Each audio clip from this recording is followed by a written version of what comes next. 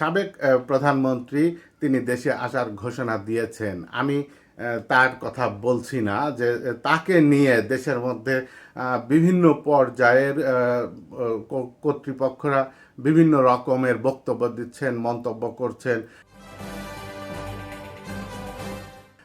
বিভিন্ন জনে বিভিন্ন কথা বলছেন, যে কেউ বলছেন তাকে আইনের আওতায় আনা হবে, কেউ বলছেন তাকে এয়ারপোর্টে নামলেই তাকে সরাসরি ফাঁসির মঞ্চে নেওয়া হবে, এরকম নানান কথা বলছেন। তো শেখ হাসিনাকে নিয়ে আমার বলার আসলে কিছু নেই।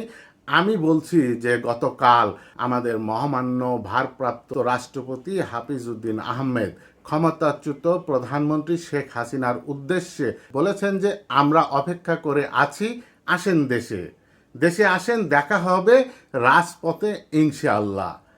মানে অনেকেই এইটাকে এক ধরনের আলোচনা করছেন যে রাষ্ট্রপতি, মহামান্য রাষ্ট্রপতি তিনি কি বলতে পারেন কি না এইভাবে। তিনি তো যখন রাষ্ট্রপতি হয়ে যান তিনি তো নিরপেক্ষ লোক হয়ে যান, সংবিধান অনুসারে তিনি এইভাবে কথা বলতে পারেন কি না, সেই সব নিয়েও সোশ্যাল মিডিয়াতে আলোচনা হচ্ছে। কিন্তু বিশ্লেষকরা বলছেন অন্য কথা।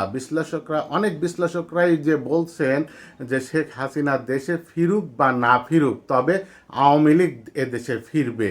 কারণ হিসেবে বলছে যে গত 54 বছরে বাংলাদেশ থেকে স্বাধীনতা বিরোধীদের নিষিদ্ধ করা যায়নি।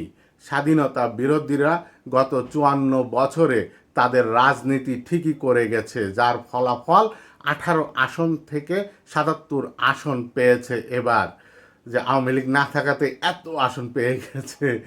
গত 17 বছরে দমন পীড়ন করেও বিএনপিকে শেষ করতে পারেনি আওয়ামী লীগ সরকার, বরং গত 17 বছরে দমন পীড়ন করে বিএনপি আরও সুসংগঠিত হয়েছে, যার প্রমাণ এবারের নির্বাচনে।